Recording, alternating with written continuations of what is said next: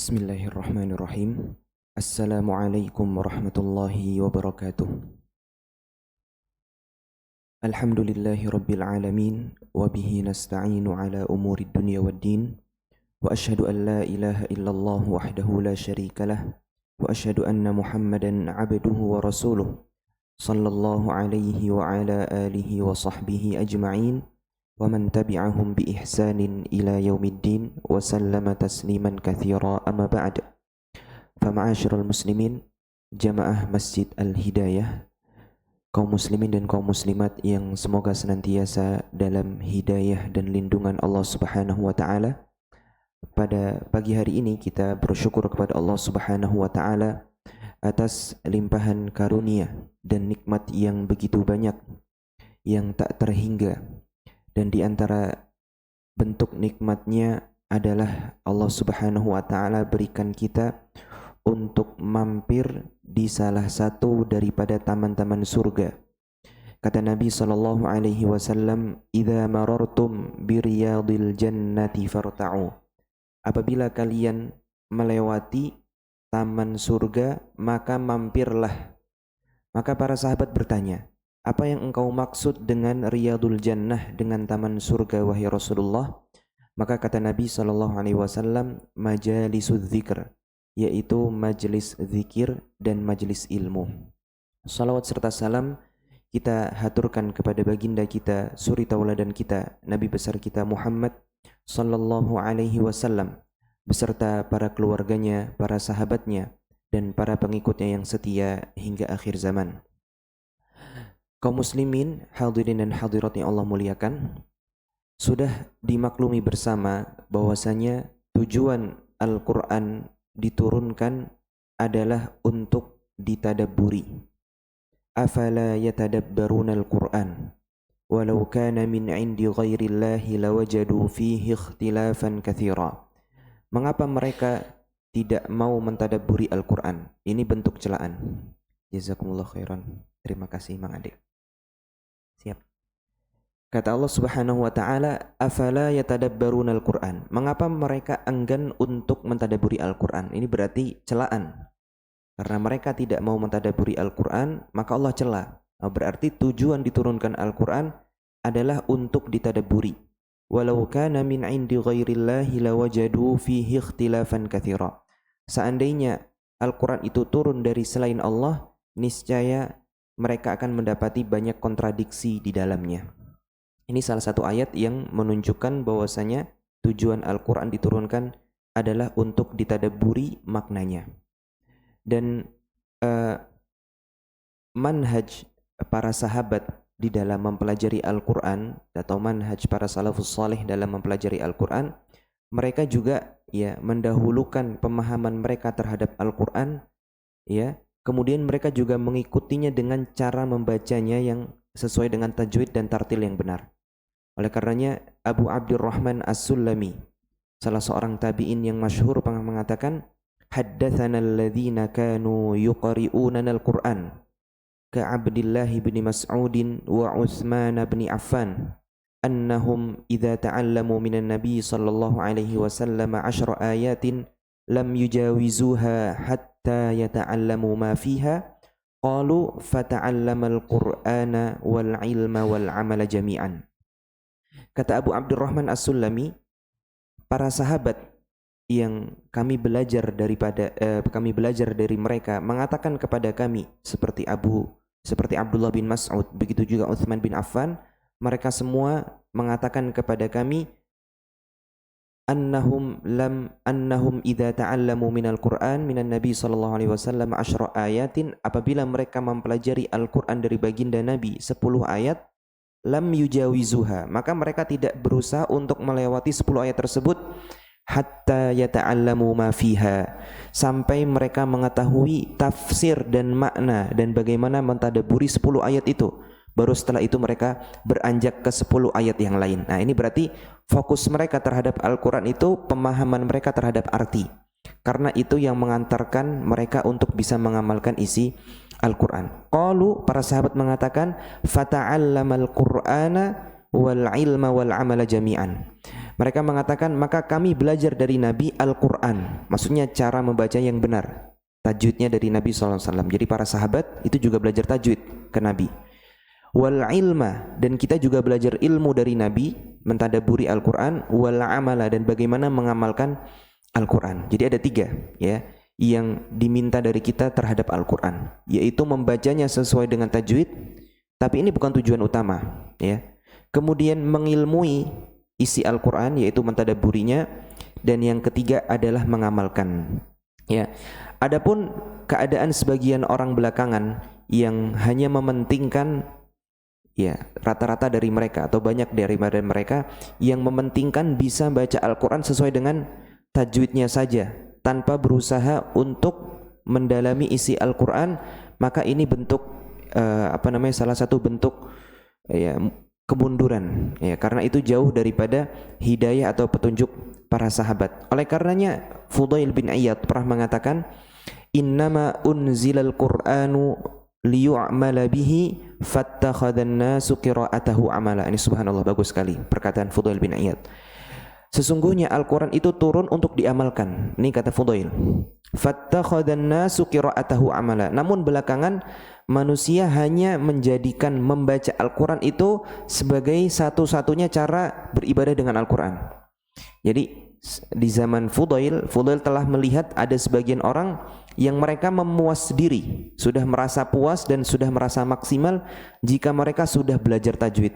Jika mereka sudah hafal 30 juz pakai sanad misalkan ya, tanpa belajar isi dan kandungan Al-Quran. Nah, kata Fudail, fattakhadhan nasu qira'atahu amala. Manusia banyak yang hanya menjadikan amal terhadap Al-Quran itu melalui bacaannya saja. Nah, ini bentuk pengurangan ya. Yang paling sempurna adalah menggabungkan antara membaca Al-Quran dengan benar dan mengamalkannya. Oleh karenanya Allah Subhanahu wa taala juga berfirman kepada Nabi Muhammad, la tuharrik bihi lisanaka lita'jala bih. Ya, wahai Muhammad, jangan kamu tergesa-gesa membaca Al-Quran sebelum Jibril menalkinkan Al-Quran kepadamu. Inna alaina la tuharrik bihi lisanaka lita'jala bih.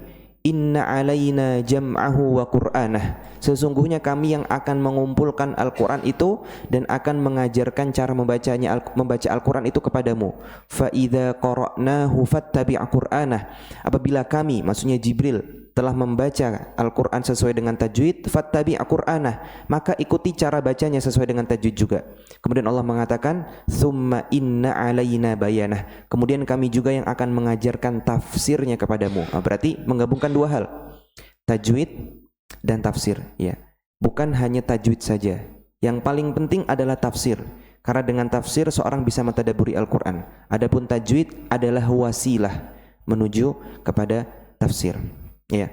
Ini adalah muqaddimah sebelum kita masuk kepada inti pembahasan yang telah diumumkan, yaitu kita akan berusaha mendulang faidah dari kisah Nabi Yusuf alaihi salam, di mana kisah Nabi Yusuf adalah kisah terbaik yang Allah ceritakan di dalam Al-Quran. Dan insyaAllah pada pagi hari ini kita akan berusaha mentadaburi atau mengambil faidah-faidah dari surat Yusuf. Ma'asyiral muslimin, hadirin dan hadirat yang Allah muliakan, kita tidak akan membaca surat Yusuf dan menerjemahkannya, namun kita hanya membacakan faidah-faidah yang terkandung dari surat Yusuf yang telah dikumpulkan oleh Asy-Syaikh Abdurrahman bin Nasir As-Sa'di dalam Taysirul Karimil Mannan. Jadi setelah beliau menyelesaikan tafsir surat Yusuf, beliau membuat pasal yang isinya tentang faidah-faidah yang bisa dikulik, yang bisa diambil dari surat Yusuf. Kata As-Sa'di rahimahullahu ta'ala, faslun fi dzikri syai'in minal ibari wal fawaidi allati ishtamalat 'alaiha hadhil qissatul 'azimah allati qala Allah fi awwaliha nahnu naqussu 'alaika ahsanal qasas wa qala laqad kana fi Yusuf wa ikhwatihi ayatul lis-sa'ilin wa qala fi akhiriha laqad kana fi qasasihim 'ibratun liulil albab ghairu ma taqaddama fi matawiha minal fawaid. Beliau mengatakan pasal mengenai sebagian pelajaran dan hikmah dari kisah Nabi Yusuf Pasal ini akan menjelaskan sebagian ibar, sebagian pelajaran dan faidah-faidah yang terkandung di dalam kisah yang sangat agung ini, di mana Allah Subhanahu wa taala mensifati surat Nabi Yusuf atau kisah Nabi Yusuf dengan mengatakan nahnu naqussu 'alaika ahsanal qasas. Ini yang pertama. Kami akan menceritakan kepadamu wahai Muhammad cerita yang paling indah. Ini sifat pertama terhadap kisah Nabi Yusuf adalah kisah yang paling indah. Kemudian Allah juga mengatakan laqad kana fi Yusuf wa ikhwatihi ayatul lisailin. Sungguh pada kisah Nabi Yusuf dan saudara-saudaranya terdapat ayat, terdapat tanda-tanda kebesaran Allah lisailin bagi orang-orang yang bertanya. Wa qala fi akhiriha, Allah juga berfirman laqad kana fi qasasihim ibratul liulil albab. Sungguh pada kisah-kisah mereka itu terdapat pelajaran, terdapat ibrah bagi orang-orang yang memiliki akal. Jadi Allah memuji kisah Nabi Yusuf sebagai kisah terbaik. Kemudian di dalamnya juga terdapat ayat tanda-tanda kebesaran Allah, juga di dalamnya terdapat ibratun liulil albab. Ghairu ma taqaddama fi matawiha minal fawaid. Pelajaran yang akan dibahas kali ini merupakan tambahan dari berbagai hikmah lain yang sebenarnya sudah tersirat atau telah disebutkan di sepanjang alur cerita sebelumnya. Beliau mengatakan, "Famin dzalik," di antara pelajaran dari kisah Nabi Yusuf, anna hadhil qissah min ahsanil qasasi wa awdahiha wa abyaniha. Kisah ini merupakan salah satu kisah yang paling baik dan paling jelas serta paling gamblang. Lima fiha min anwa'it tanaqulat. Hal ini karena di dalamnya terdapat berbagai macam dinamika. Jadi dalam surat Nabi Yusuf itu banyak sekali dinamika. Di antaranya adalah beliau mengatakan min halin ila halin, dari satu kondisi ke kondisi yang lainnya. Wa min mihnatin ila mihnah, dari satu ujian ke cobaan yang lainnya. Wa min mihnatin ila minhatin wa minnah, dari ujian berubah menjadi anugerah dan karunia. Coba kita telisik cerita Nabi Yusuf alaihissalam. Ya, pertama kali dari beliau masih kecil, beliau sudah dihasati oleh saudara-saudaranya sendiri. Saudara-saudaranya nggak suka sama Nabi Yusuf. Ini ujian.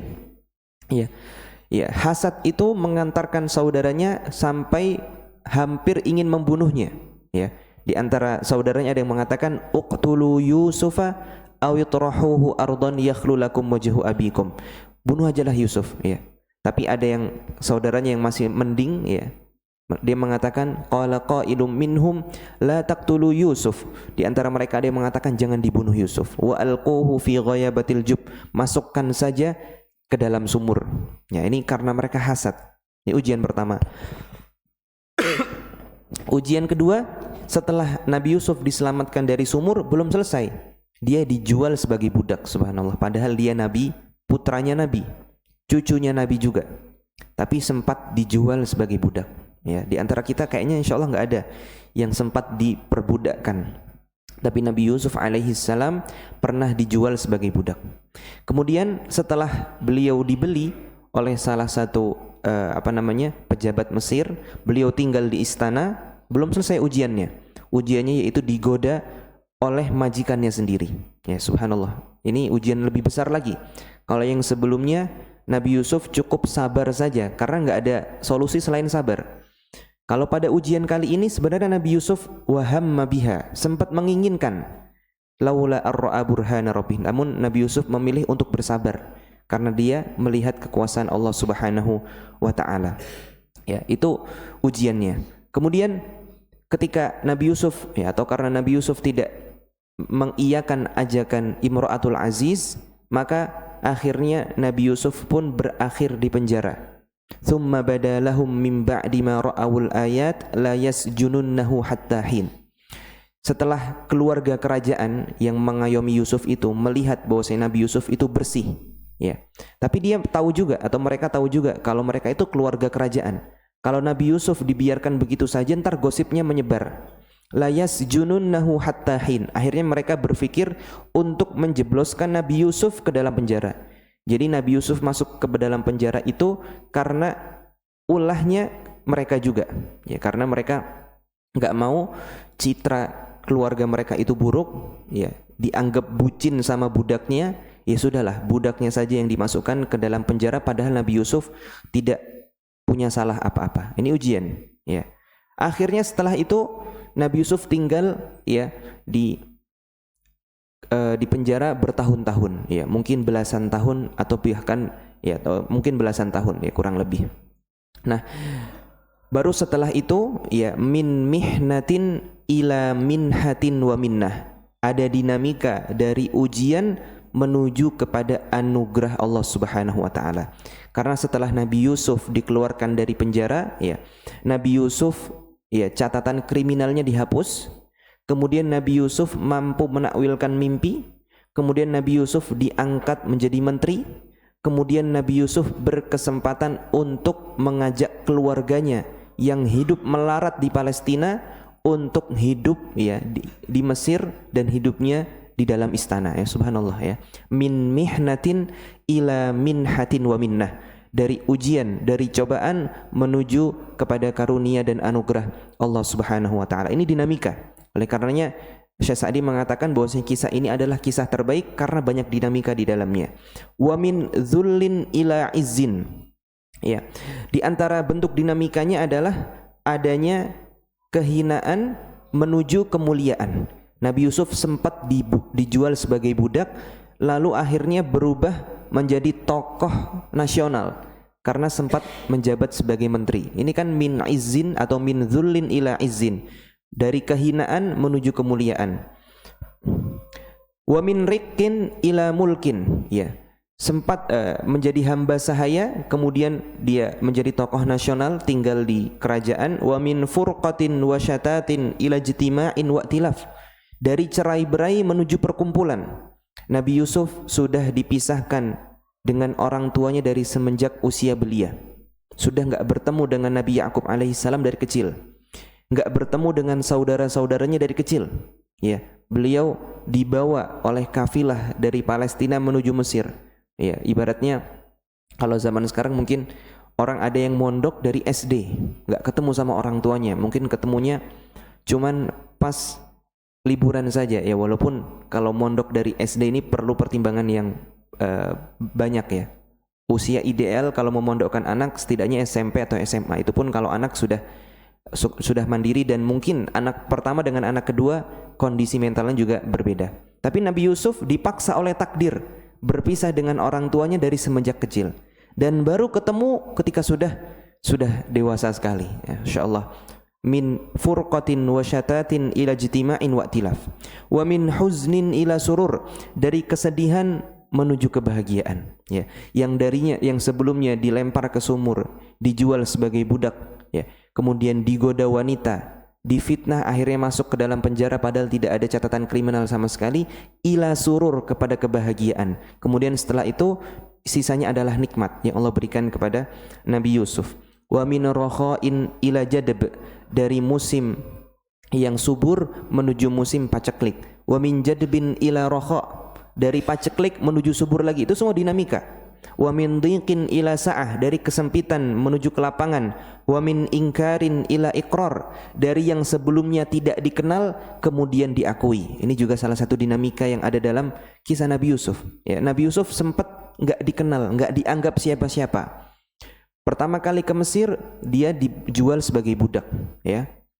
Oleh keluarga Al-Aziz dikatakan akrimi mathwahu asa ayyan fa'ana aw nattakhidahu walada. Ambil nih anak ini, ya, berikan dia tempat yang layak, bisa jadi dia dapat bermanfaat untuk kita atau kita bisa jadikan atau angkat dia sebagai anak. Ya, karena Nabi Yusuf statusnya sebagai budak, ya. Kemudian sempat masuk penjara. Namanya orang masuk penjara itu kan dianggap kriminal oleh masyarakat, ya. Kemudian Nabi Yusuf diakui sebagai menteri, ya, subhanallah. Nah, ini dinamika yang luar biasa.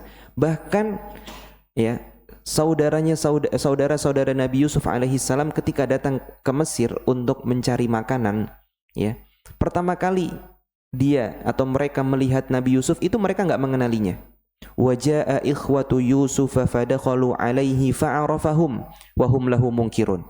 Ketika saudara-saudara Yusuf itu masuk ke Mesir, ya, masuk bertemu kepada Nabi Yusuf, maka Nabi Yusuf mengenali mereka, tapi mereka enggak kenal.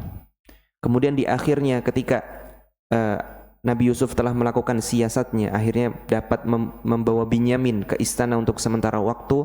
Akhirnya saudara-saudaranya putus asa, kembali lagi ke Mesir untuk mencari makanan dan menggadaikan barang-barang murah mereka, yang penting dapat makanan.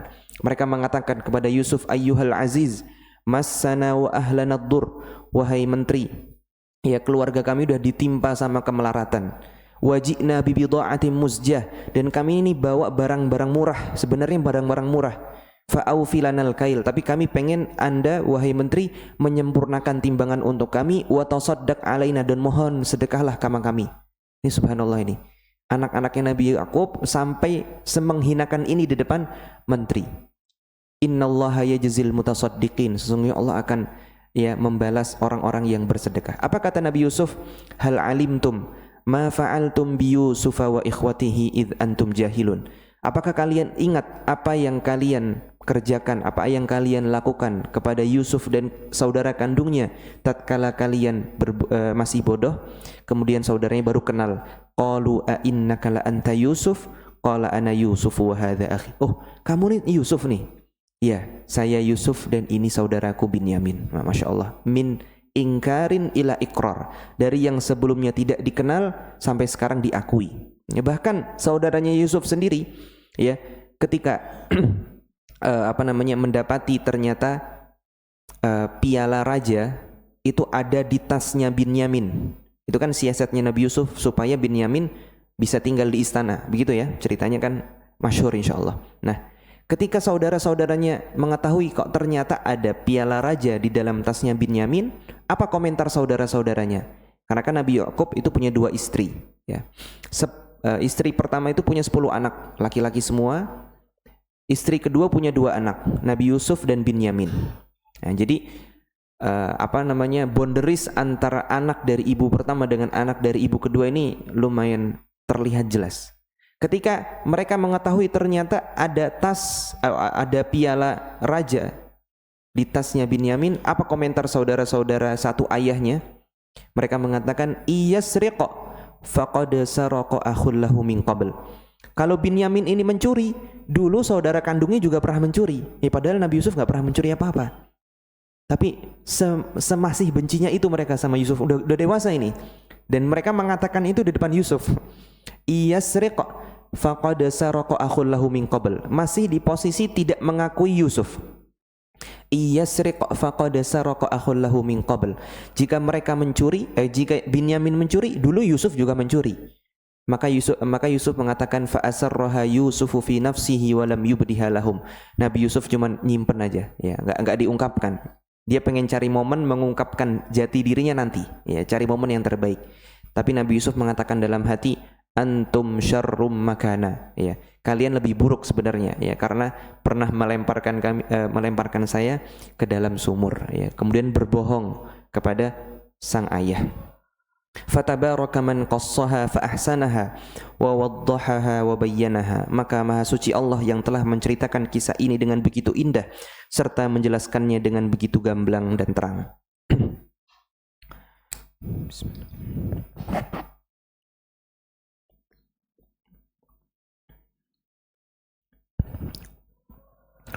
Wa minha, di antara pelajaran lainnya yang bisa dipetik dari kisah Nabi Yusuf, ma fiha minal adillati ala sihhati nubuwati Muhammadin sallallahu alaihi wasallam. Bahwasanya kisah Nabi Yusuf ini menunjukkan kebenaran Nabi Muhammad sallallahu alaihi wasallam, kebenaran risalah yang diturunkan kepada Nabi Muhammad sallallahu alaihi wasallam. Dari sisi mana? Haitsu qassa ala qaumihi hadhil qissat at-tawilah wa huwa lam yaqra' kutubal awwalin wa la darasa ahadan yarahu qaumuhu baina adhhurihim sabahan wa masaan wa huwa ummiyun la yakhuttu wa la yaqra'. Di mana Nabi Muhammad SAW mampu menceritakan kisah Nabi Yusuf ini kepada kaumnya dengan sangat detail dan panjang. Padahal Nabi Muhammad tidak pernah membaca kitab-kitab umat terdahulu. Nabi Muhammad tidak pernah membaca Taurat, tidak pernah membaca Injil. Loh, kok tahu kisah Nabi Yusuf dengan sangat detail dan sangat gamblang. Wala darasa ahadan yarahu qaumuhu baina adhhurihim sabahan wa masaan. Nabi Muhammad juga enggak pernah mulazamah dengan pendeta. Yang bisa jadi Muhammad kalau pernah mulazamah atau pernah berguru kepada pendeta bisa ngambil ilmunya, atau akhirnya diceritakan tentang kisah Nabi Yusuf, tapi Nabi Muhammad tidak pernah melakukan itu. Wa huwa ummiyun, dan Nabi Muhammad itu ummi. Ummi itu artinya la yakhuttu wa la yaqra, enggak bisa menulis, enggak bisa membaca. Kok bisa dapat informasi sedetail ini kalau bukan dari Allah Subhanahu wa taala yang menunjukkan bahwasanya risalah Nabi Muhammad ini adalah suatu kebenaran. Wa hiya muwafiqatun lima fil kutubis sabiqah, dan apa yang diceritakan oleh Nabi Muhammad daripada kisah Nabi Yusuf ini sesuai atau percis dengan yang ada di kitab-kitab terdahulu. Wa ma kana ladaihim idz ajma'u amrahum wa hum yamkurun, dan Nabi Muhammad juga sama sekali tidak hadir di tengah-tengah saudaranya Yusuf ketika mereka dahulu berkumpul untuk menyusun rencana dan tipu daya untuk mencelakai Nabi Yusuf. Itu faedah yang kedua. Wa minha, di antara faedah lainnya, annahu yanbaghi al-bu'du an asbabisy syarr wa kitmanu ma tukhsha madarratuhu. Pelajaran lain dari kisah ini bahwa seorang hendaknya menjauhi sebab-sebab yang dapat mengantarkan pada keburukan. Wa kitmanu ma tukhsha madarratuhu, juga dianjurkan untuk menyembunyikan atau merahasiakan sesuatu yang dikhawatirkan akan membawa mudarat. Ya, jadi kisah ini memberikan pelajaran untuk kita, hendaknya kita menjauhi sebab-sebab keburukan dan merahasiakan sesuatu yang dapat ditakutkan mudaratnya akan muncul. Dari mana dapat dipetik pelajaran ini? Liqauli Ya'qub li Yusuf ya bunayya la taqsus ru'yaka ala ikhwatika fayakidu laka kaida. Faedah ini dapat dipetik dari ucapan Nabi Ya'qub kepada Yusuf. Ya, ketika Nabi Yusuf menceritakan kepada ayahnya bahwasanya dia melihat di dalam mimpi ada apa saja, Pak, yang sujud kepadanya? 11 bintang beserta dengan bulan dan matahari. Ra'aituhum li sajidin, kata Nabi Yusuf. Ya, mereka semua sujud kepadaku. Nah, Nabi Ya'qub sudah punya firasat kalau Nabi Yusuf ini kelak akan menjadi orang besar, sehingga ayahnya nggak mau tahu atau nggak mau kalau saudara-saudaranya kelak akan tahu atau tahu kalau Nabi Yusuf kelak akan menjadi orang besar. Takutnya mereka akan merencanakan sesuatu yang buruk kepada Nabi Yusuf. Makanya Nabi Ya'qub mengatakan, ya bunayya la taqsus ru'yak, wahai anakku, jangan kau ceritakan mimpimu ala ikhwatik, kepada saudara-saudaramu, fayakidu laka kaida, karena ya, aku khawatir mereka akan membuat tipu daya untuk mencelakakanmu. Ya. Jadi Nabi Ya'qub memerintahkan Nabi Yusuf untuk merahasiakan mimpi ini, karena kalau kau ceritakan takutnya ada mudarat. Ya. Wa minha, di antara faedah lainnya, annahu yajuzu dzikrul insani bima yakrahu ala wajhin nasihati li ghairihi. Bolehnya ya bagi seorang untuk menyebutkan keburukan orang lain. Loh, ini bukannya ghibah, Ustaz. Kok jadi boleh menyebutkan keburukan orang lain? Iya, boleh. Ala wajhin nasihati li ghairihi, jika dilakukan dalam rangka menasihati orang lain. Ya, jadi kalau ada orang yang keburukannya itu muta'addin itu artinya berefek kepada orang lain. Jadi keburukan orang itu ada dua macam. Ada keburukan yang dia simpan sendiri, ya, yang tahu antara dia dan Allah saja. Nah, kalau jenis dosa yang ini, kalau kita nggak sengaja mergokin saudara kita melakukan hal tersebut, maka kita simpan. Itu aib yang harus kita tutup rapat-rapat. Ya. Tapi kalau jenis kedua, yaitu jenis yang keburukannya itu ya berdampak kepada orang lain. Misalkan orang ini suka berbohong. Misalkan orang ini kalau berhutang tidak membayar. Misalkan orang ini ya suka namimah, suka adu domba. Orang ini suka, itu kan jenis-jenis keburukan yang muta'addin, yang berdampak negatif pada orang lain. Jenis yang kedua ini kita boleh ceritakan kepada orang yang kita khawatirkan akan mendapatkan keburukan dari orang tersebut. Dalilnya mana? Dalilnya ini. Ya, Nabi Ya'qub mengatakan kepada Nabi Yusuf bahwasanya saudara-saudaranya ini ya punya siasat buruk. Makanya jangan kamu ceritakan. Nabi Ya'qub mengatakan, fayakidu laka kaida, aku khawatir mereka akan ya membuat tipu daya untuk mencelakaimu. Jadi boleh ya menceritakan keburukan orang lain kalau keburukan tersebut ada dampak negatifnya untuk orang lain.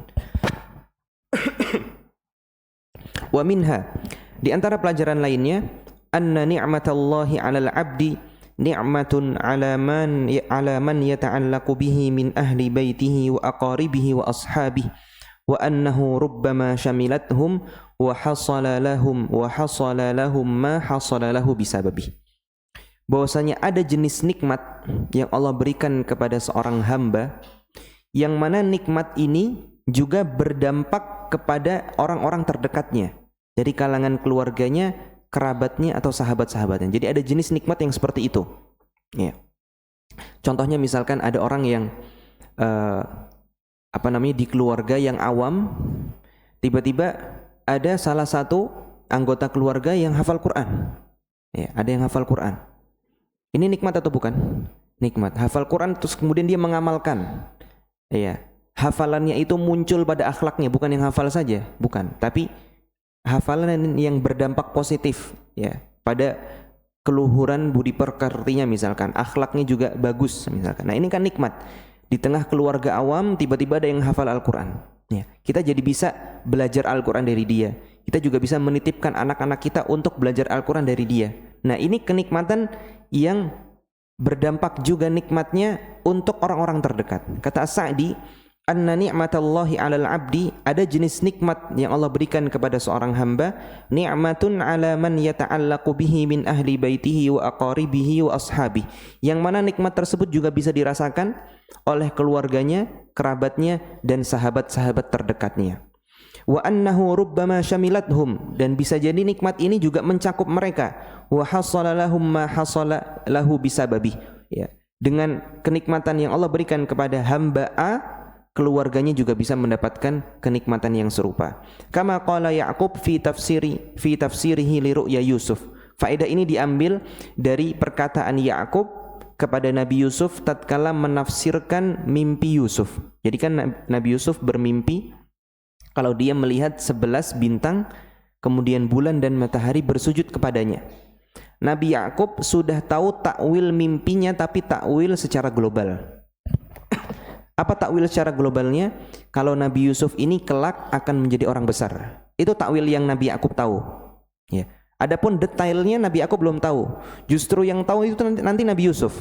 Di akhir cerita Nabi Yusuf mengatakan, "Ya abati hadza ta'wilu ru'yaya min qabl qad ja'alaha rabbi haqqan." Wahai ayahanda, inilah takwil dari mimpiku dulu pas masih kecil.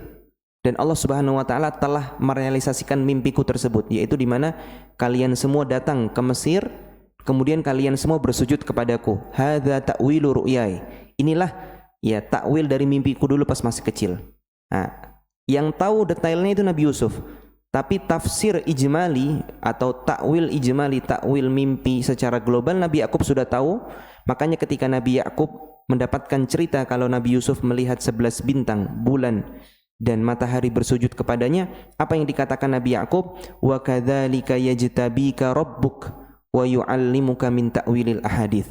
Dan demikianlah Allah memilihmu, ya, di antara saudara-saudaramu yang lain, yang Allah pilih itu kamu. Para ulama sepakat kalau Yusuf itu nabi. Tapi mereka berselisih apakah saudara-saudara yang lain itu juga nabi atau hanya orang-orang soleh saja, karena di akhir hayatnya mereka bertaubat kepada Allah Subhanahu wa taala. Intinya para ulama ada yang mengatakan anak-anak Nabi Ya'qub semuanya nabi.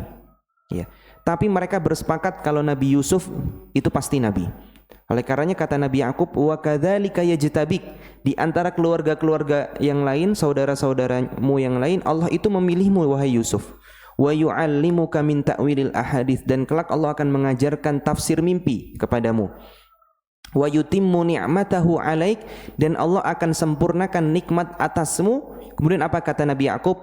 Wa 'ala ali Ya'qub, dan atas keluarganya Nabi Ya'qub.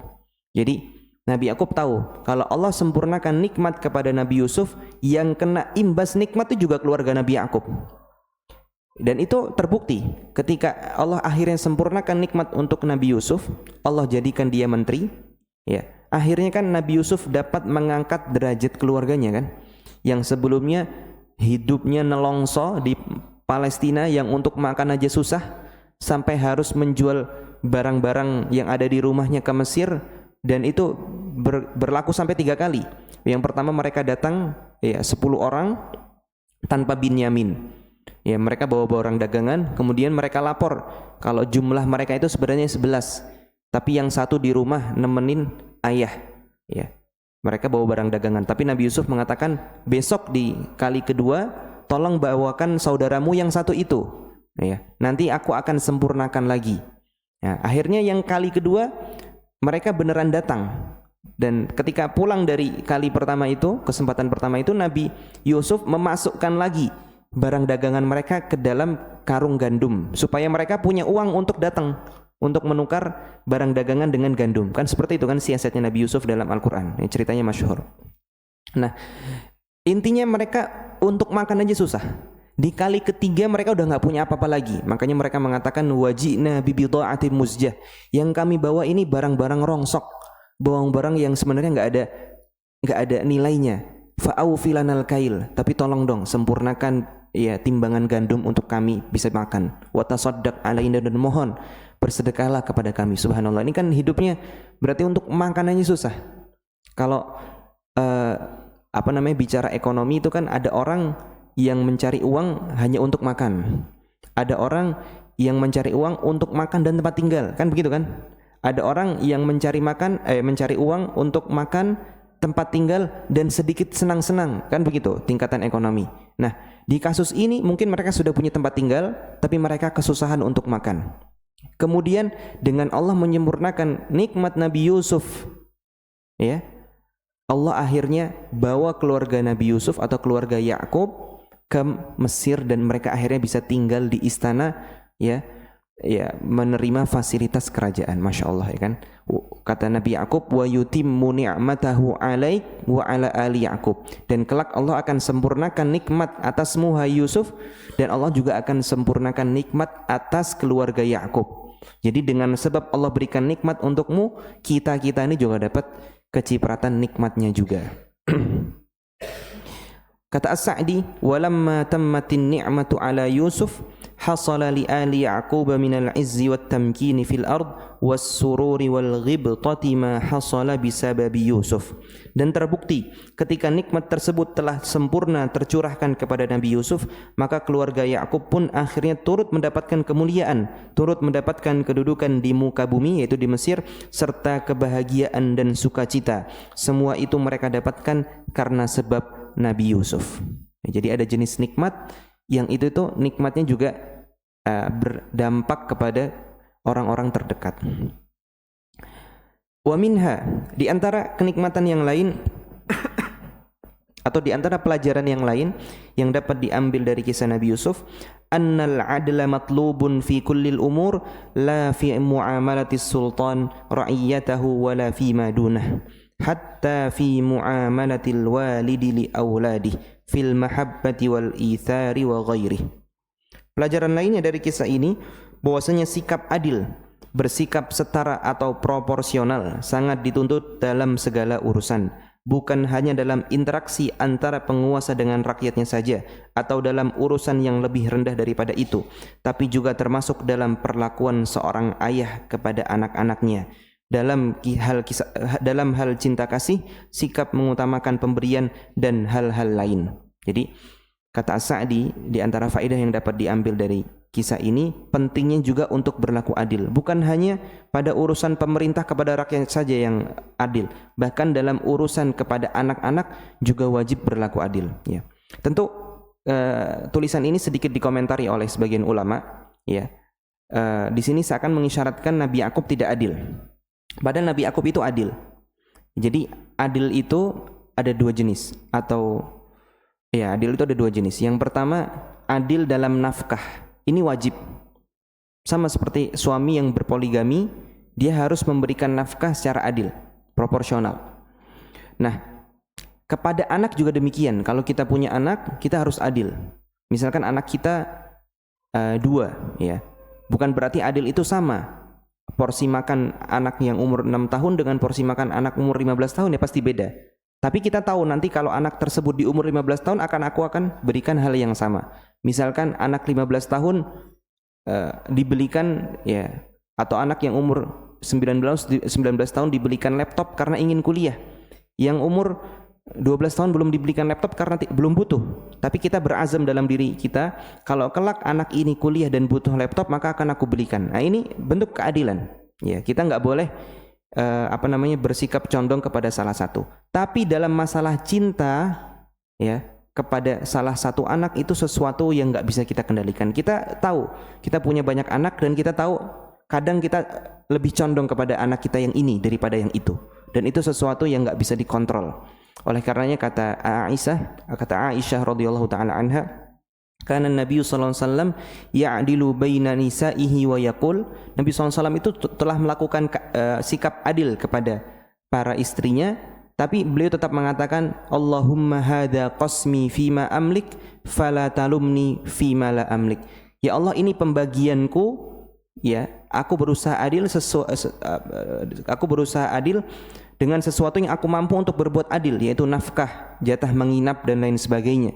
Ya, wala talumni fima la amlik. Tapi pada hal cinta, jangan kau cela aku karena itu aku nggak mampu.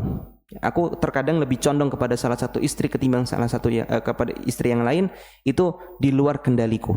Ya, kepada anak juga demikian. Nah, Nabi Yakub itu adil kepada anak-anaknya. Tapi memang rasa cinta dia kepada Nabi Yusuf itu sangat mendalam dan itu nggak bisa ditutup-tutupi. Ya, saudara-saudaranya juga tahu. Ya, kalau Nabi Yakub atau ayahnya mereka itu lebih condong kepada Yusuf daripada kepada saudara-saudara yang lain. Oleh karenanya Allah mengatakan dalam surat Yusuf, Inna abana laqad kana fi Yusuf wa ikhwatihi ayatul lis-sa'ilin idh qalu la Yusuf wa akhuhu ahabbu ila abina minna wa nahnu usbah. Kok bisa ya? Ayah kita ini kok lebih sayang sama Yusuf dan Binyamin, padahal kita ini lebih kuat. Inna abana lafi dhalalim mubin. Waduh, ayah kita ini sesat nih kalau lebih mencintai Yusuf dan saudara kandungnya daripada kita. Nah, inti yang ingin kami bahas, Nabi Yakub itu adil karena dia nabi. Tapi pada cintanya kepada Nabi Yusuf itu sesuatu yang nggak bisa dia kontrol. Ya. Maka kita sebagai seorang ayah misalkan atau seorang tua, ya, atau bagi orang yang berpoligami juga harus berlaku adil semampu dia.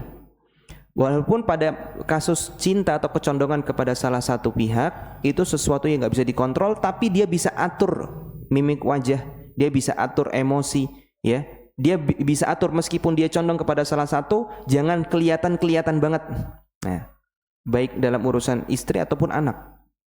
Fala tamilu kullal maili, kata Allah Subhanahu wa taala. Jangan kalian condong 100%. Yang kata para ulama, yang dilarang itu condong kullal mail. Berarti boleh dong condong ba'dul mail. Bisa difahami ya? Jadi kalau 100% condong itu nggak boleh, tapi sebagian condong boleh. Karena itu sesuatu yang masih bisa kita kontrol, ya, masih bisa kita kontrol. Ya, kita bisa nggak terlalu kelihatan condong banget, walaupun hati kita sangat condong. Itu berkaitan dengan keadilan. Nah, As-Sa'di di sini seperti mengisyaratkan kalau Nabi Yakub itu tidak berlaku adil sehingga menyebabkan kecemburuan saudara-saudaranya. Kita katakan insyaallah yang benar kalau Nabi Yakub itu telah berlaku adil, hanya saja memang rasa cinta dia kepada Nabi Yusuf itu sangat condong dan itu bukan perkara yang Nabi Yakub mampu. Meskipun demikian, tetap saja hasad daripada saudara-saudaranya itu adalah sesuatu yang tidak bisa dibendung. Wa minha, di antara faedah lainnya,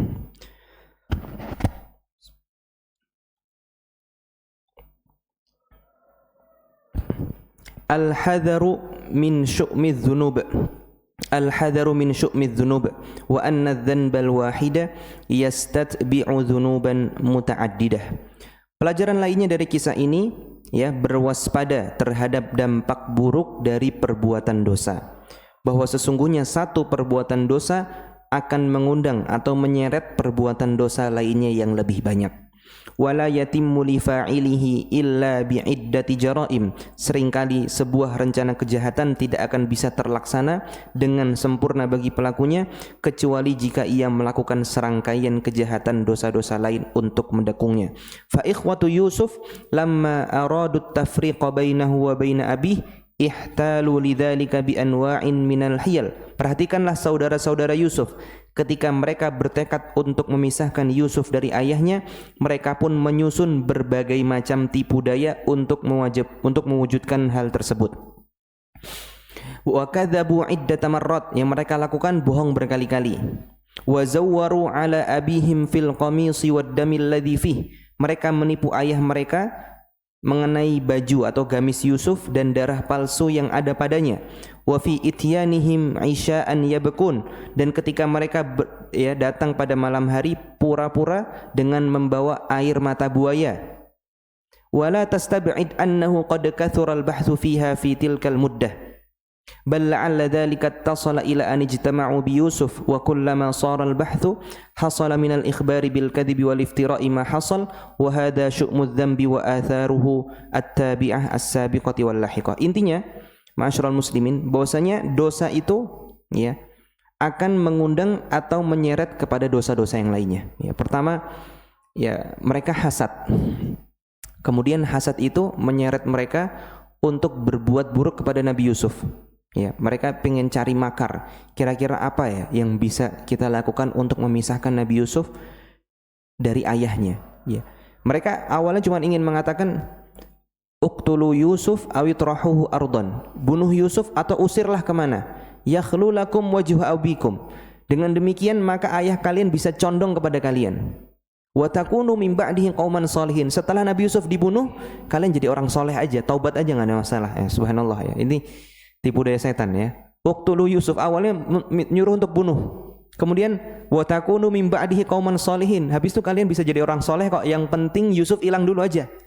Kemudian Yakub bisa condong kepada kalian, wa takunu min ba'dihi qauman shalihin. Kemudian kalian bisa menjadi orang soleh ya. Tapi ada saudaranya yang masih punya hati. Ya, la taqtulu Yusuf, jangan dibunuhlah. Wa alquhu fi ghayabatil jub, tapi masukkan saja ke dalam lubang sumur ya. Kemudian nanti kita tunggu akan ada yang mengambilnya ya. Yaltaqituhu ba'dus sayyarati in kuntum fa'ilin. Akan ada kafilah yang mengambilnya. Jika kalian mau berbuat makar, maka lakukanlah ini saja. Ini yang paling mending. Ya, jangan sampai membunuh saudara kita Yusuf. Bagaimanapun dia tetap saudara kita meskipun hanya satu ayah. Ya. Kemudian mereka akhirnya sepakat ya, ingin menaruh Nabi Yusuf ke dalam sumur. Tapi mereka belum punya alibi, belum punya alasan. Kira-kira kalau ditaruh sumur, apa ya alasan kita kepada ayah? Makanya ketika mereka minta izin kepada Nabi Yakub, ya abana ma laka la ta'manna ala Yusuf wa inna lahu lanasihun arsilhu ma'ana ghadan yarta' wa yal'ab. Ya. Besok bolehkanlah kita, izinkanlah kita untuk main bareng Yusuf ya. Wa inna lahu lahafizun. Kita akan berusaha jaga Yusuf dengan sebaik-baiknya. Apa kata ayahnya? Qala inni la yahzununi an tadhhabu bih wa akhafu ay yakulahu dhib. Kata ayahnya, saya sedih ya kalau kalian bawa Yusuf nanti dia dimakan serigala. Nah, dalam otak saudara-saudaranya, ini nih ya. Sebelumnya belum terpikir tuh. Kalau Nabi Yusuf kita akan bilang dimakan serigala. Tapi karena ayahnya mengatakan wa akhafu ay yakulahu dhib, aku takut Yusuf itu akan dimakan serigala. Oh, kita jadikan aja sekalian alibinya dimakan serigala. Ya sudah, ya. Mereka akhirnya sepakat memasukkan Yusuf ke dalam sumur. Kemudian mereka pun yang menyembelih kambing dan melumuri kaosnya Nabi Yusuf atau gamisnya Nabi Yusuf dengan darah. Yang lucunya, ya bajunya itu nggak ada bekas gigitan. Ya, mereka bawa aja ke ayahnya dan ayahnya tahu itu bohong. Udah punya firasat karena kan ayahnya sudah tahu mimpinya Nabi Yusuf. Bahwanya Nabi Yusuf kelak akan menjadi orang besar. Kalau udah isdet dari awal cerita ya berarti kan mimpinya nggak ada fungsinya. Nah, tapi ayahnya hanya mengatakan fasabrun jamil. Intinya mereka akhirnya berdusta lagi dan berdusta. Ya, ya intinya satu dosa bisa mengantarkan kepada dosa yang lain. Masih ada waktu ya, insyaallah. Sebentar lagi ya.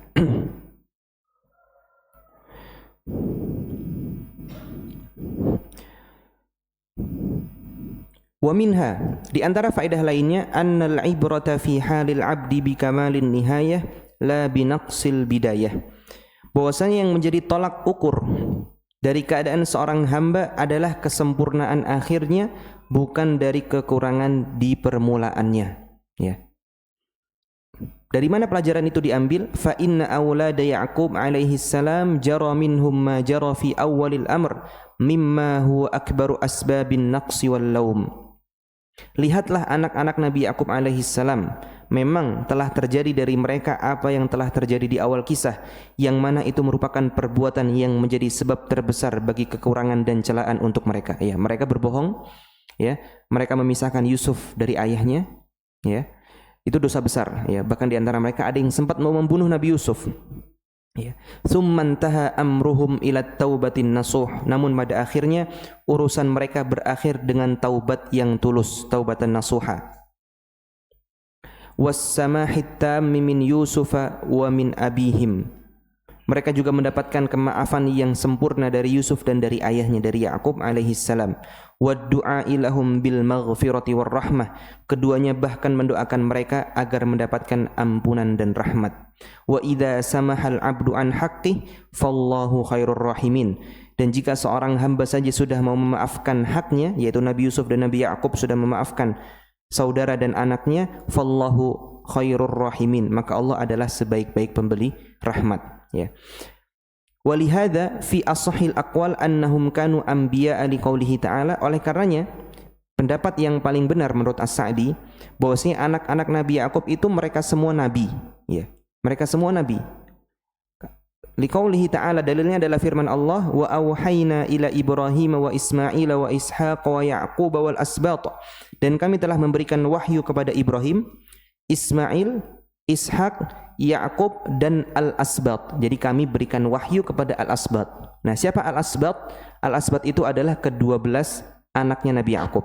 Kalau dikatakan kami memberikan wahyu, berarti mereka adalah nabi, begitu ya. Itu pendalilan As-Sa'di terhadap pendapat yang mengatakan kalau saudara-saudara Nabi Yusuf itu merupakan para nabi. Wahum auladu Ya'qub al-ithna 'ashara wa dzurriyyatuhum. Wa mimma yadullu 'ala dzalika anna fi ru'ya Yusuf annahu ra'ahum kawakiban nayyirah. Di antara dalil kalau saudara-saudara Yusuf itu juga nabi adalah apa yang dilihat Nabi Yusuf tatkala di mimpi. Bahwasanya Nabi Yusuf itu melihat bintang yang bercahaya. Berarti kan saudara-saudara Nabi Yusuf ini masih bintang. Ya, berarti kan bercahaya dan namanya bintang itu memberikan petunjuk. Nah, ini berarti menjadi dalil kalau saudara-saudara Yusuf itu juga para nabi. Kata As-Sa'di, wal kawakibu fiha nur wal hidayah. Dan bintang itu di dalamnya terdapat cahaya dan petunjuk. Alladzi min sifatil anbiya, yang merupakan sifatnya para nabi. Fa illam yakunu anbiya'a fa innahum ulama'u hudah. Seandainya mereka bukan para nabi, setidaknya mereka adalah para ulama yang memberikan petunjuk untuk umat. Ya. Taib. Sebenarnya masih banyak faidahnya, namun karena waktunya tinggal sedikit, kami tutup dengan faidah dari surat atau dari ayat ke-100 surat Yusuf, di mana Allah Subhanahu wa taala berfirman, wa rafa'a abawayhi 'alal 'arsy wa kharru lahu sujjada. Dan tatkala Allah Subhanahu wa taala yang mendatangkan Nabi Yaqub dan saudara-saudaranya ke Mesir untuk akhirnya bisa tinggal di Mesir dengan menggunakan fasilitas kerajaan, ini kan perubahan yang drastis luar biasa. Kemudian Nabi Yusuf pun menyambut mereka dengan sangat hangat. Wa rafa'a abawayhi 'alal 'arsy. Kemudian Nabi Yusuf mengangkat kedua orang tuanya di atas singgasana. Wa kharru lahu sujjada, dan semua keluarganya itu sujud kepada Nabi Yusuf. Sujud di sini sujud ta'zim, bukan sujud ibadah. Jadi sujud ada dua, sujud dalam rangka menghormati dan sujud dalam rangka beribadah. Kalau sujud dalam rangka beribadah enggak boleh kepada selain Allah. Adapun sujud ta'zim, maka ini diperbolehkan di syariat zaman dahulu. Namun sudah dilarang di syariat Nabi Muhammad. Nabi Muhammad melarang, ya. Lau kuntu amiran ahadan an yasjuda li ahadin la amartul mar'ata an yasjuda li zawjiha. Kalau aku diperkenankan untuk memerintahkan seorang bersujud, maka aku akan perintahkan perempuan sujud kepada suaminya. Kalau aku boleh, berarti kan enggak boleh, ya. Berarti enggak boleh. Nah, zaman dahulu masih boleh. Sehingga keluarga Nabi Yusuf ini sujud kepada Nabi Yusuf. Kemudian kata Nabi Yusuf, ya abati, wa qala ya abati hadza ta'wilu ru'yaya min qabl qad ja'alaha rabbi haqqan. Wahai ayahanda, inilah takwil dari mimpi yang dulu aku sempat lihat pas masih kecil. Qad ja'alaha rabbi haqqan. Allah telah mewujudkan takwil dari mimpi tersebut. Kalau dulu ayahnya hanya mengetahui takwilnya secara global, sekaranglah perincian dari takwilnya, yaitu orang tuanya Kemudian saudara-saudaranya semuanya sujud kepada Nabi Yusuf. Kemudian Nabi Yusuf mengatakan wa qad ahsana bi id akhrajani minas sijn, dan Allah telah berbuat baik kepadaku. Pertanyaannya, kapan pertama kali Allah berbuat baik kepada Nabi Yusuf yang diceritakan dalam Al-Qur'an? Ya, kapan? Jawabannya adalah tatkala Allah menyelamatkan Nabi Yusuf dari sumur. Begitu kan? Ya. Itulah yang pertama kali Allah singgung dalam Al-Qur'an di awal-awal surat. Tapi ternyata Nabi Yusuf tidak mengatakan wa qad ahsana bi id akhrajani min ghayabatil jub. Allah telah berbuat baik kepadaku tatkala mengeluarkanku dari sumur. Enggak, Nabi Yusuf enggak nyinggung sumur. Tapi Nabi Yusuf mengatakan wa qad ahsana bi id akhrajani minas sijn. Allah telah berbuat baik kepadaku tatkala mengeluarkanku dari penjara. Enggak ada tuh penyinggungan sama sekali tentang sumur. Kenapa? Nah, itu kan pertanyaannya. Kenapa Nabi Yusuf tidak menyinggung sama sekali tentang sumur? Jawabannya adalah karena Nabi Yusuf telah memaafkan saudara-saudaranya. Jadi di momen tersebut Nabi Yusuf enggak mau menyakiti perasaan saudaranya juga, karena tadi sudah dimaafkan. Ya, karena kalau Nabi Yusuf mengatakan Allah telah berbuat baik kepadaku tatkala mengeluarkanku dari sumur, pasti kan agak sedikit gelo ya kan saudara-saudara. Wah, ya ini gara-gara kami juga nih ya Nabi Yusuf masuk sumur. Enggak. Tapi ternyata Nabi Yusuf sempurna dalam memaafkan dan mengatakan id akhrajani minas sijn, tatkala mengeluarkanku dari penjara. Wa qad ahsana bi id akhrajani minas sijn wa jaa bikum minal badwi, dan telah mendatangkan kalian dari dusun, dari kampung, dari desa. Nabi Yusuf juga tidak mengatakan wa jaa bikum minal ju'i wal 'atash, dan telah menyelamatkan kalian dari kelaparan dan kehausan. Karena kalau Nabi Yusuf mengatakan demikian seperti ada rasa pamrih, benar kan? Ya, jadi seakan-akan kalian dulu hidup melarat, sekarang nih bisa hidup dengan tenang ya, menggunakan fasilitas kerajaan ya, karena saya. Ya, Nabi Yusuf enggak mengatakan wajah abikum minal 'atashi wal ju', tapi Nabi Yusuf mengatakan wajah abikum minal badwi, mendatangkan kalian dari desa. Jadi bahasanya ya dipilih yang paling baik. Mim ba'di an nazagha syaitanu baini wa baina ikhwati, dari yang sebelumnya setan ya telah merusak hubunganku dan hubungan saudaraku. Subhanallah ya. Jadi Nabi Yusuf tidak mengatakan mim ba'di an nazagha syaitanu ikhwati, setelah setan merusak saudaraku ya, karena saudaraku itu yang hasad kepadaku akhirnya nyemplungin saya ke dalam sumur.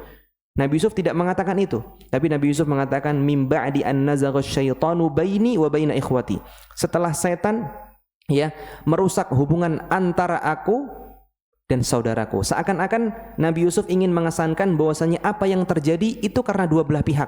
Mungkin aku dulu pas masih kecil juga muamalahnya enggak bagus sama saudara-saudaraku, sehingga membuat saudara-saudaraku itu hasad sama aku. Itu juga karena setan, bukan karena saudaraku. Subhanallah ya. Pemilihan katanya.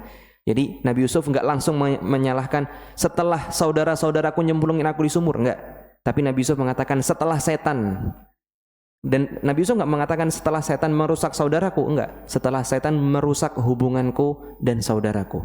Inna Rabbi, ini subhanallah, ini kata-kata indah sekali ya. Faedah di ayat nomor 100. Inna Rabbi latiful lima yasha, sesungguhnya Rabbku maha lembut terhadap apa yang ia kehendaki. Innahu huwal alimul hakim, sesungguhnya Allah subhanahu wa ta'ala maha mengetahui dan bijaksana. Demikian yang bisa kami sampaikan, ma'asyiral muslimin. Semoga yang bisa kami sampaikan dapat bermanfaat dan dapat menambahkan insight baru terhadap tadabbur Al-Quran. Dan apabila ada kesalahan, maka itu datangnya dari diri kami dan diri syaitan. Dan apabila ada benarnya, itu datangnya murni taufik dari Allah subhanahu wa ta'ala. Dan jika ada pertanyaan, kami persilahkan.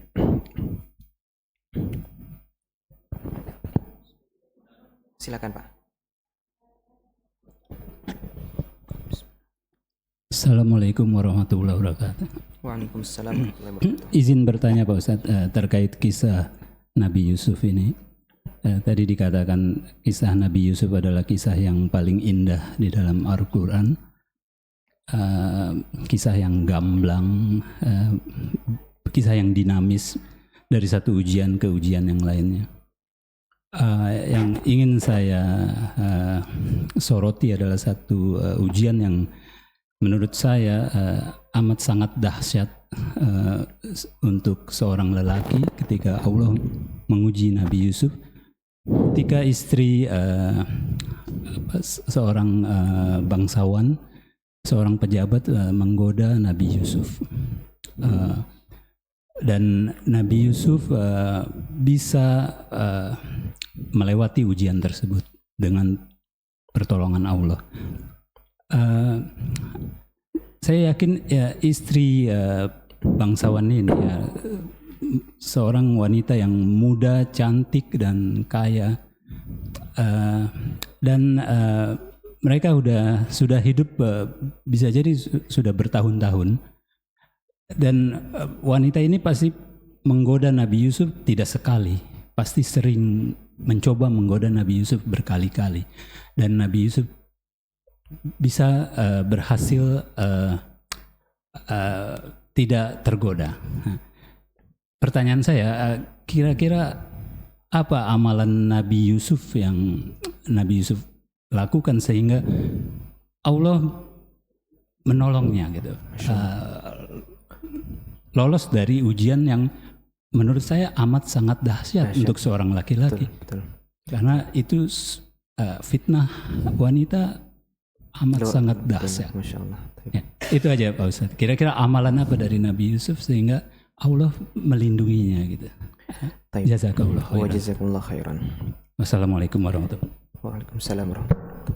Jadi betul, ini ujiannya dahsyat sekali, dan masih banyak yang belum tahu kalau ajakan ini, ya betul kata Bapak tadi, itu lebih dari sekali. Setidaknya 2-3 kali yang tersirat dalam Al-Quran. Yang pertama, yang Nabi Yusuf sama Imratul Aziz sama-sama lari ke pintu, wastabaqal bab, itu ya ujiannya ya. Kemudian yang kedua, ya tatkala sudah tersebar kabar kalau Imratul Aziz ini ternyata ya bucin sama budaknya, itu kan jadi gosip murahan kan. Akhirnya istri-istri pejabat yang lain kayak merendahkan Imratul Aziz. Kok bisa ada orang naksir sama budaknya? Bodoh sekali. Makanya kata mereka, wa qala niswatun fil madinati imra'atul azizi turawidu fataha an nafsi. Dia nggodain budaknya, qad syaghafaha hubba, sampai bucin. Inna lanaraha fi dhalalin mubin. Sesat banget itu orang. Sampai begitu kan. Nah, kemudian akhirnya Imratul Aziz mengundang tuh perempuan-perempuan yang nyinyir-nyinyir itu dibawa ke rumah. Ya, kemudian Nabi Yusuf disuruh keluar. Apa yang mereka lakukan? Mereka enggak sengaja menyayat tangannya karena saking gantengnya. Mereka mengatakan qulna hasyalillahi ma hadza basyaran. Ini bukan orang. In hadza illa malakun karim, tapi malaikat. Apa kata Imratul Aziz? Qalat fadzalikunna alladzi lumtunnani fi. Ini jenis orang yang kalian nyinyirin saya. Saya bisa sabar baru ngajak pertama kali itu kemarin. Itu pertama kali. Ini kalian sekarang baru ngelihat langsung pengen ngajak berzina. Nah, jadi sabar saya itu sebenarnya udah bagus banget tuh gitu. Qalat fadzalikunna alladzi lumtunnani fi. Kemudian kata Imratul Aziz, ini ajakan yang kedua. Ya, qalat fadzalikunna alladzi lumtunnani fi wa laqad rawattuhu an nafsihi fasta'sam. Aku telah menggodanya tapi dia enggak mau. Wala illam yaf'al amurhu, sekarang saya mau ajak dia paksa. Wala illam yaf'al ma amurhu, kalau sekarang saya mau paksa dia dan dia enggak mau, ya, wala illam yaf'al ma amurhu la yusjananna wa la yakuna minas saghirin. Dia akan saya penjara dan dia akan termasuk orang yang hina. Ini ajakan yang kedua. Ya, ajakan yang ketiga yang bareng-bareng tadi. Jadi mereka udah ngumpul di satu rumah pengen mengeksploitasi Nabi Yusuf, subhanallah. Makanya Nabi Yusuf mengatakan, Rabbis sijnu ahabbu ilayya mimma yad'unani ilaih. Ya Allah, ya, penjara jauh lebih aku cintai daripada ajakan mereka ya. Bukan ajakan dia tapi mereka. Berarti yang ngajak berapa orang? Banyak, subhanallah ya. Subhanallah. Pertanyaannya apa amalannya? Sebutkan dalam Al-Qur'an, innahu min ibadinal mukhlasin. Dia termasuk hamba yang sangat ikhlas. Jadi amalan Nabi Yusuf selama ini tuh amalan yang tanpa pamrih, lillahi ta'ala ya. Kalau seorang itu bertakwa kepada Allah Subhanahu wa taala fis sirri wal alan, pada saat terlihat ataupun sembunyi-sembunyi ya, kata Allah Subhanahu wa taala, wa kadzalika linasrifa atau kadzalika linasrifa anhu su'a wal fahsya, demikianlah kami palingkan dia dari keburukan. Alasannya apa? Innahu min ibadinal mukhlasin, sesungguhnya dia termasuk hamba kami yang ikhlas ya. Dalam sebagian riwayat dibaca mukhlisin, Kalau mukhlasin itu artinya yang kami ikhlaskan. Kalau mukhlisin yang ikhlas. Ya, sebenarnya punya keterkaitan, ya. Karena dia ikhlas, akhirnya Allah bantu dia untuk ikhlas. Seperti itu. Jadi kalau kita punya amalan ibadah yang lillahi ta'ala, insya Allah pada momen-momen genting seperti itu, Allah akan berikan kita pertolongan. Pertanyaan yang sangat bagus, Pak. Barakallahu fiik. Silakan, Pak. Menjadi dasar ada dalil yang mengatakan bahwa boleh pakai mic, Pak, biar terdengar. Barakallahu fiik. Bahwa salah satu orang yang akan masuk surga adalah laki-laki yang menolak ajakan perempuan untuk berzina, dia mengatakan bahwa aku takut sama Allah. Apakah itu dalil asal usul apa namanya? Salah satu dalilnya. Salah satu yang mendasari dalilnya begitu kira-kira. Jadi ada 7 orang. 7 orang yang ya. Sab'atun yudhilluhumullahu fi dhillihi. Betul, Ustaz. Yauma la dhilla illa dhilluh. Ada 7 golongan yang akan dapat naungan Allah, di mana tidak ada yang dapat naungan selain naungan Allah Subhanahu wa taala. Yang salah satunya adalah wa rajulun da'athum ra'atun dzatu mansibin wa jamal wa qala inni akhafullah. Ada seorang laki-laki yang diajak perempuan untuk berzina, padahal perempuan tersebut cantik, ya, dan kaya raya, punya kedudukan dan dia cantik. Kemudian dia mengatakan inni akhafullah, sungguhnya aku takut kepada Allah Subhanahu wa taala. Kata para ulama, ya, Nabi Yusuf adalah sayyidu hadzal qaum, ya, pemimpinnya golongan ini. Seperti itu. Barakallahu fiik. Cukup ya insyaallah. Dari ibu-ibu tidak ada. Jika tidak ada, kita cukupkan dengan doa kafaratul majlis. Subhanakallahumma bihamdik, asyhadu an la ilaha illa anta astaghfiruka wa atubu ilaik. Assalamualaikum warahmatullahi wabarakatuh.